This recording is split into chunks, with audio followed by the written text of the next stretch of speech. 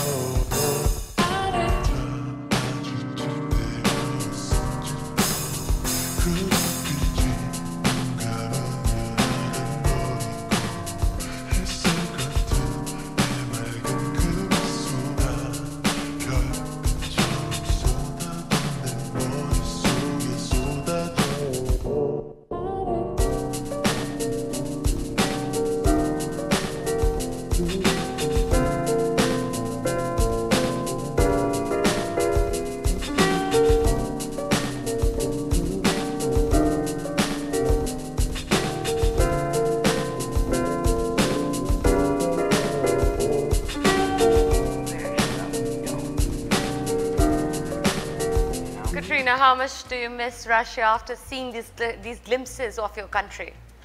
I really miss it because it is my motherland, and some places reminded me my years. For example, I studied in Moscow, an economic university. But you were born in a place called Cheboksary. Yes, I was born in Cheboksary. It is located on largest river, Volga. It's situated along a river. Yes, Volga River. It is a very beautiful river. And when after school, I went to study economics, and I studied in Moscow. Yes, I studied, and also I lived there during 6 years. So you lived most of your life in a big city. You're the big city girl. Yes, in general, yes. Right. So a lot of people are interested in finding out that how did you actually meet your husband and where? I have met my husband in Moscow. It was what was he doing there? He came to see a football match. It was World Cup. And he met the love of his life. Wow. Yeah, and that time I worked in Russian Airlines. Right. So we met in airport. It was quite a romantic story. That's a movie scene. Are you sure that's your love story, or is it from a movie? It was a very nice love story. We are still wondering how come it happened to us, because since we met, he invited me to see Pakistan and he introduced me to his parents, and after 2 weeks we already had a wedding here in Lahore. So before 2018, you did come to Pakistan, you had a short visit? No. I came here after meeting him. He invited me to see Pakistan. Right. Yes, he introduced me to his family, and he decided that it's time to get married. And right. After 2 weeks, we got married here in Lahore. Oh, you got married in Lahore? So yes. You must have had the big fat Pakistani wedding, is that right? We had nikah and walima. Right. Second part of our wedding we had in Russia. But I'm really impressed with Pakistani weddings, with beautiful clothes and. Did you dress up as the Pakistani bride? Yes, I was dressed up like How Pakistani was it for bride. you? It was a very nice experience. This dress decorated with stones. I was just feeling myself like in fairy tale. And I'm impressed with weddings here. Once even we danced with my husband on some mehndi of his relative. It was a very nice experience. So and culture how did the family react? The husband's family, the to-be husband's family then. You see blonde hair, that's not us, you know, white skin, everything's different, but it's lovely. You're really beautiful. I'm sure they must have admired your beauty. However, the cultural difference, did they have a different reaction, a positive one or a negative one? How did it go? I think that my husband prepared them, and he has very loving family, and they were Did they welcome you? Very welcoming, and people here are very warm and hospitable, and we introduced with each other, and they understood, I think, that our love is real. And but was it difficult adjusting? Adjusting maybe had some difficulties, but with my husband's support, I went through this way quite smoothly. So have you learned any Urdu so far? I understand some words. You do? Yes, cannot maybe speak, but like some sentences I understand. Are you having an okay time adjusting to the rituals, the culture, the general family setup here? I'm settling here quite well with support. Of course, very big thanks to my husband. He supported me a lot with everything. Otherwise, you need now a lot of things. Before, when I came here, I didn't know about Pakistan anything at all. How do people react? Different people, let's say if you go to the supermarket or if you're meeting new people, how do they react upon meeting you? They're quite surprised sometimes. In a good way or a bad way? I think they are like don't know like who I am, where from. But are they interested in knowing They're you? interested. Sometimes people ask me to make selfie with them. Really? Yeah, that must be fun. You're quite a celebrity here, Katarina. I'm wearing dupatta if I don't want too much attention. Yes. So then, for example, we go to supermarket. But in general, people are very friendly and you kind think so? to me. Yes, I think so. And you've been telling your family about all that? Yes, of course. My family was quite worried also. But did they attend the wedding, the family? They couldn't attend, but my mother came here after. She did? Yes, when I How was her experience? Her experience was very nice. She liked Lahore. My husband took her to many places to see Badshahi Mosque and all these famous places in Lahore. And when she see herself that Pakistan is not like it is in international news sometimes, there are many stereotypes. When she saw herself that it is safe to live here, it's a nice country. So interesting, Katrina, when I hear that, a person who's moved to Pakistan or either visiting, it's wonderful. It's like music to my ears when I hear this, because you see all this negative news on television, especially on international television, about Pakistan as well. But as soon as a foreigner lands in this beautiful country, gorgeous country, it's a hidden gem, as I always say. They do tend to change their opinion, and they do mention the fact, like what you've just mentioned, that what we see on TV otherwise, that is certainly not the case when you land in this gorgeous place called Pakistan. On this note, I'm going to take a short break, and when we return, we're going to continue with Katrina's story and find out some fun facts about her. How did she adjust to the food here and everything else? And then we're going to get a little serious while talking to Amir Saab, who is looking after the Silk Road. He's in fact the Goodwill Ambassador for Silk Road project, which looks at which has 68 countries under its wings. But all this right after a short break.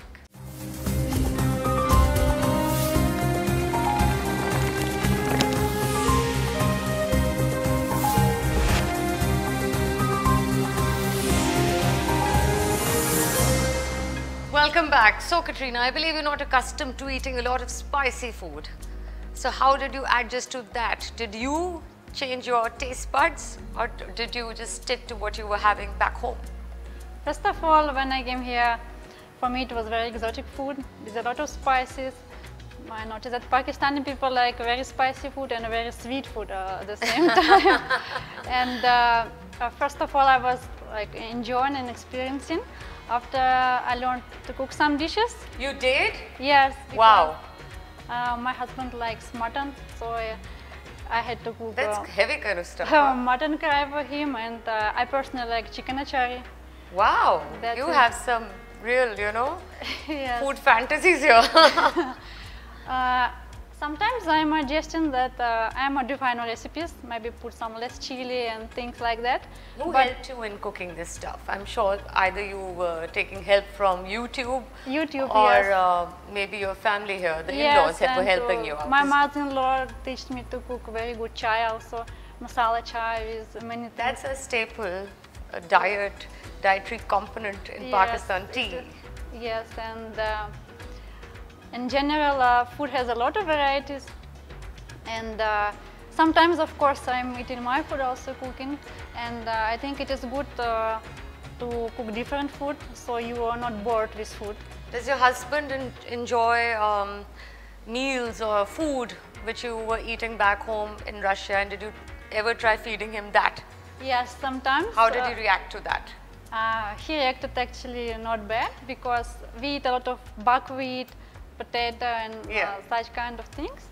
I learned that if I put some more spices to that same food, you're going to make fusion food, Russian and Pakistani mixture. Yes, and he actually likes that, and I'm very happy because his appreciation is the most important for me.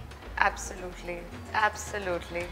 Well, Amir Saab, sorry to keep you waiting, but you know we have some important stuff to discuss. So you're looking after Silk Road because, let's put it this way, looking after SA because you're the Goodwill Ambassador.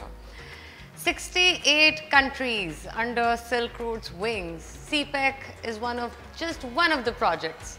I'm interested in finding out what else and how many other things rather, or how many projects are under Silk Road. Silk Road actually is covering 68 countries of the world. And most important of that is Russia, because Russia is one of the biggest partner in Silk Road projects, and not only as a partner but as a financer also. If mostly money is engaged from the China side, but there is some partial a part of this project is also paid by the Russian side. And what projects is Russia mainly interested in? Mainly, Russia have a deal with the China is just some strategical like some oil exchange, and then in exchange of that they are putting up some money in this project. Anyway, it's a long story. But right now I want to explain to you that in these 68 countries this is called Silk Road planning, like the old Silk Route. China have already engaged the old Silk Route in this project to highlight the people's, and especially it is for what, to increase and to bring the poverty out from this society. So their mainly focuses the economy, how we can develop the economy of these countries, and then it is taken as one belt one road initiative. How we called it in Chinese is Yi Tai Yi Lu. It means one belt, one road. Just a question, you speak Mandarin? Yeah, of course, a little. Wow. We can't say that. Even the Chinese, if they say I can speak I didn't get a word Chinese. of what you said, Amir Saab. Okay. So Chinese is, I must say, it's conventional Chinese is a little difficult, but anyway, it's called Yi Tai Yi Lu. That means one belt, one road initiative, and in English we say OBORI.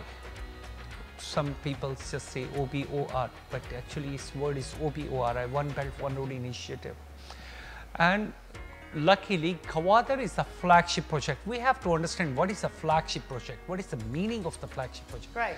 Like this program is going to drain on this side and will get the maximum benefits from this project. So Gwadar is a flagship project, and CPEC is a flagship project for this one belt one road initiative. Amir Saab, CPEC itself, it's a huge project, and I believe it was valued at $62 billion. Last figures that I have in 2020. What does it currently stand at? Actually, it will increase by the time, but anyway, right now $62 billion in 2020. It was actually. What is it as of the today? right figure was something like $67.8 billion. So anyway, it's way beyond $62 billion now.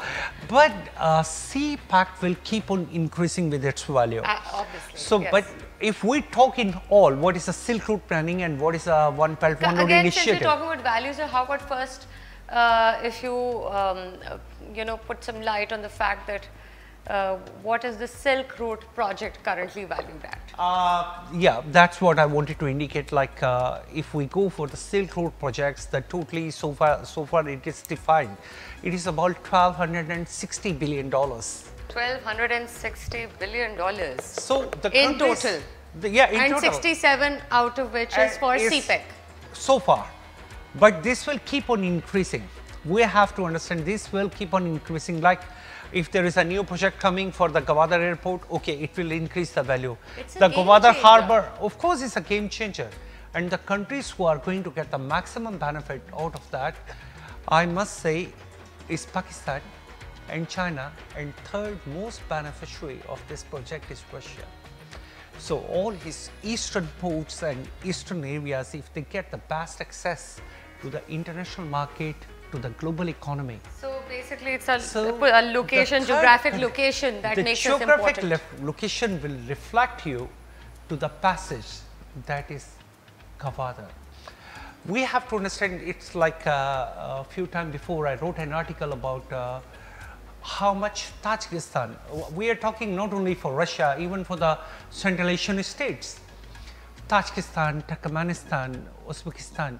We don't need to go to the western side, but the countries that they need an access to the international market, if we just get the transit, if we just earn the transit money for this project, we will make a lot of money that will cover almost our financial problems. But what we need exactly, we have to satisfy our partner. Our first partner is China. Are they happy with this right now? Somehow when that countries who are not in the favor of the CPEC, once they try to destroy it by the different ways, of course, the Chinese, they also understand what is happening, who is the mind behind and what is the hand behind. But sure, we are getting some But problem. China definitely understands its So problems. of course, it's only they natural. understand very well. But if we can have a peace in our country, if we can have the stability, things have improved. and especially in like at least like I must say like last 8 years, our law enforcement agencies, they did a lot to keep a very good peace. They've done They did They've done their job really well. Really well. And even with a lot of sacrifices from our army. So what they are producing is, they are bringing a peace to our country, and if we have the peace, I'm sure. We do. Now coming back to the projects, most of them are infrastructure projects under which a lot of energy projects also fall. I mean, it comes under this category, energy projects. Infrastructure, we're already seeing getting developed in Pakistan when I talk from you know, the CPEC's perspective. How much more needs to be done in order to get a completion date? Well, your question is related to Ms. Katarina's job, because she's an economical and financial what's the date analyst. Estimated by so I want CPEC? I want to explain to you, like since few years back, most of our projects were just like that was not the hydro base, that was the thermal base. It's like the petrol or Yes. the this all. But what was the production cost? It was going up to like 16 cents per watt, 18 cents per watt. So economically, you can just get a rapid conclusion, but this was not the right conclusion. The right conclusion is what? You need to have the power projects. You need to have the projects where you can produce the cheaper power. And that was very important to us. So Pakistan government right now in CPEC projects, they are more focused on the cheaper power projects. Like I should place an example to you. Is one project is near Kakan, it's called Rana Water River project. These are all alternate energy projects. Alternate energy, no, it's conventional energy. Oh. Alternative energy is like the solar power. It was more focused towards alternate energy sources. Alternative energy sources, we are not still focused. The alternative energy means Solar, wind power wind. and the solar power. But so far we Why are not more towards solar and wind, where solar is, what- there's a big wave about solar No, all what they over are the moving world. for, that the project I'm talking to you, it's called Run a River project. And That's hydro. that's a hydro, but this hydro project, you can produce a power with like about 3 cents per watt. Yes. But if even you go for the solar, It's feasible. yeah, it's more feasible. But if you go to the solar, it goes up to more than 5 cents Why per watt. hasn't solar energy been able to get upgraded so far the way it should have been? There are some companies providing with solar services, but it's not coming to that level. With the help of the Chinese, we could probably be at a place way above and beyond. If we just set an example, China is producing a lot of ways for the energy. That's what I'm saying. We need that kind of technology coming in. But solar energy is only produced in the far areas. I have been indicated that it's time for a break because your project is so massive and so huge and so important economically speaking. There's tons and tons of points to discuss, and we shall ponder over some of them. I don't promise you we can cover all of them today, but I hope that you come back to the show and we'll discuss them. But it's time for a short break. When we return, our conversation with Katarina and Amir Saab continues.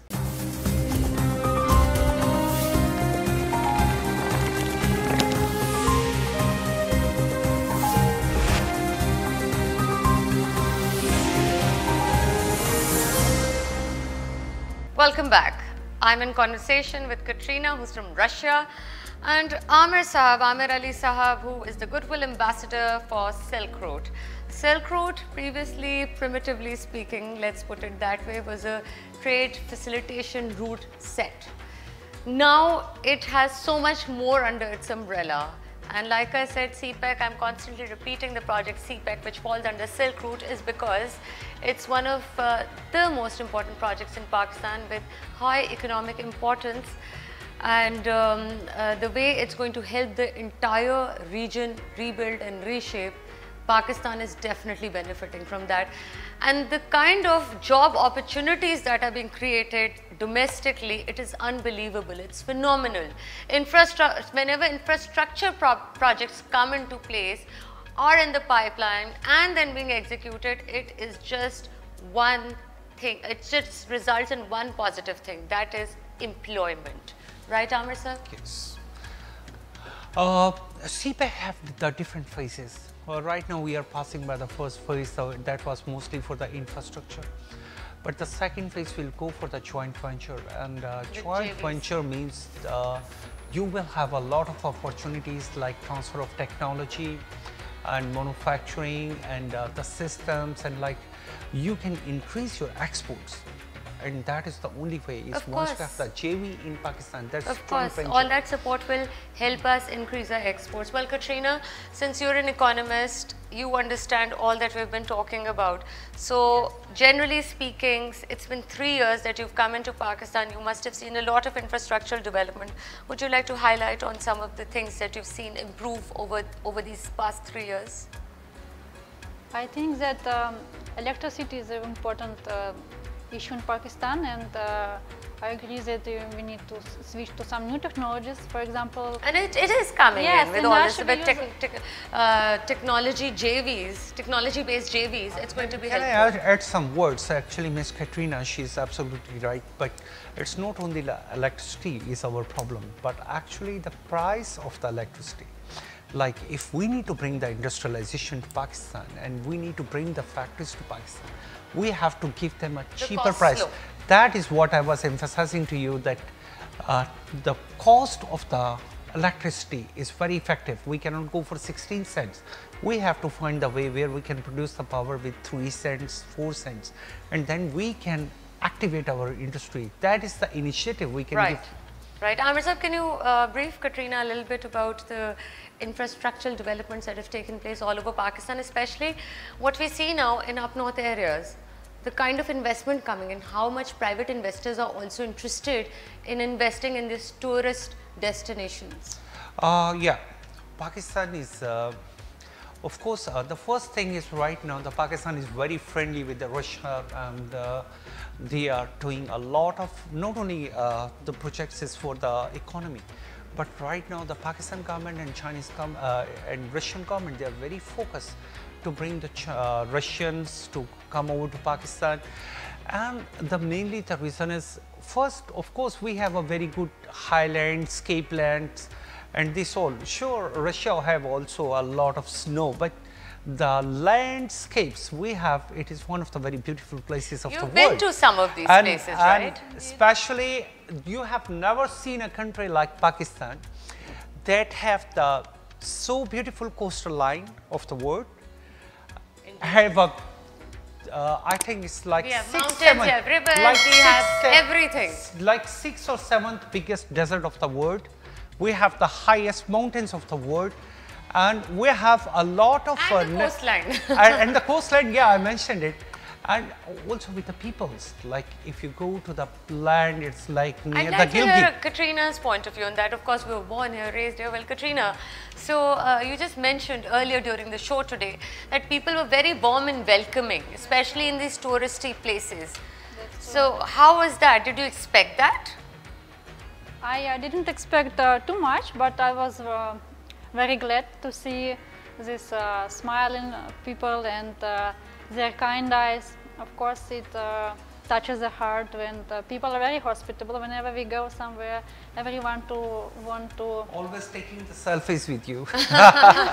She's a superstar there. Yeah, she's a superstar. Well, Katrina, so which has been your most favorite tourist destination out of all the places you visited in Pakistan?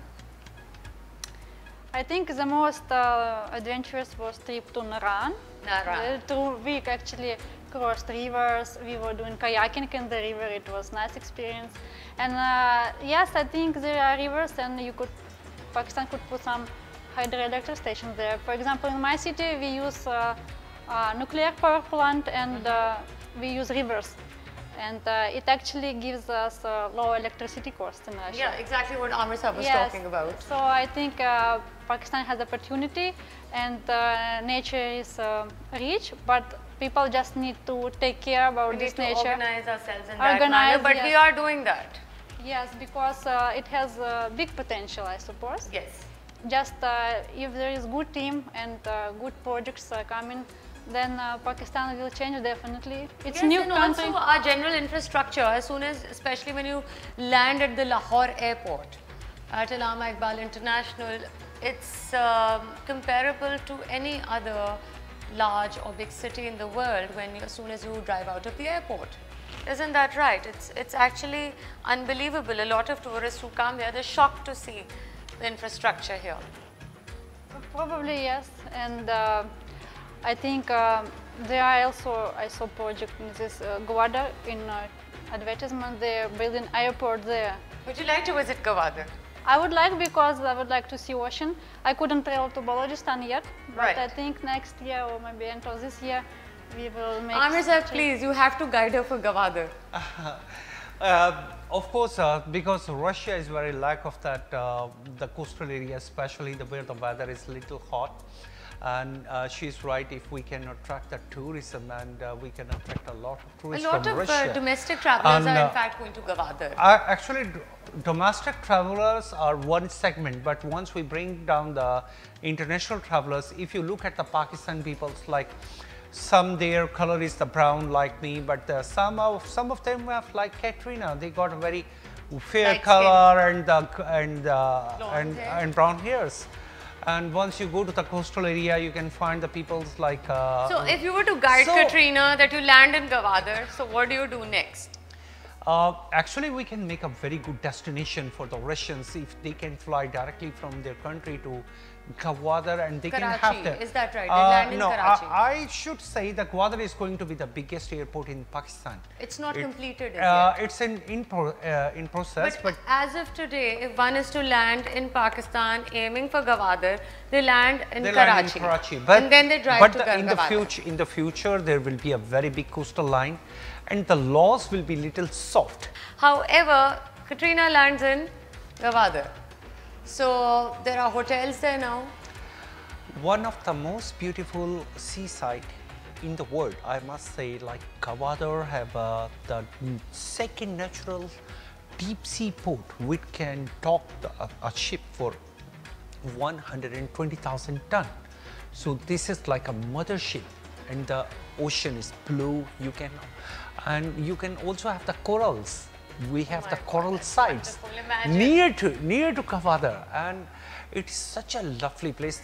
And the ocean color is almost blue over there. So it is not polluted, and especially in the winter time, the Russians, they will love to travel to the south side if they can find a very next place to visit and where they can feel very secure. Right.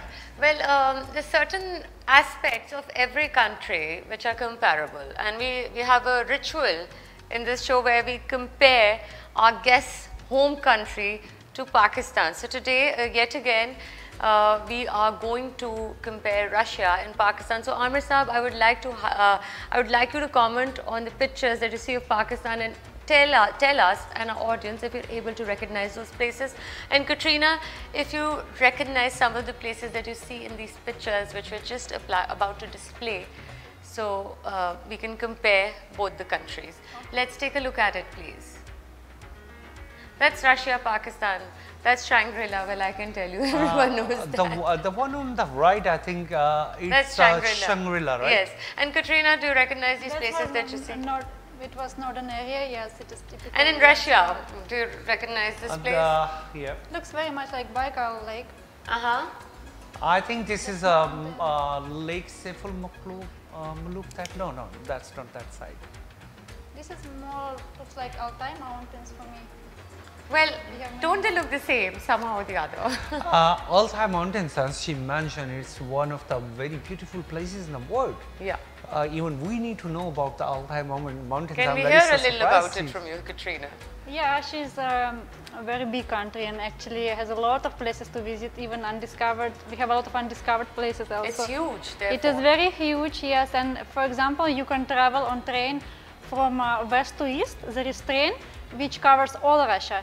It goes during 2 weeks. 3 weeks of travel on train. It is like quite adventurous experience. You have to arrive Vladimir Vostok, some city like that. Yes, it's in the eastern end of the Russia, and it's one of the very beautiful cities. It's so huge. I didn't get a chance to go there. I just went to Moscow and St. Petersburg. Yeah, but it is and I tell you, I think I'd want to go there again. I don't think I've discovered entirely these two cities. Just speaking of these. Oh well, going to Vladimir Vostok, better you fly from Beijing. But what do I do? COVID came after that. Actually, we have traveled with my husband this summer. Right.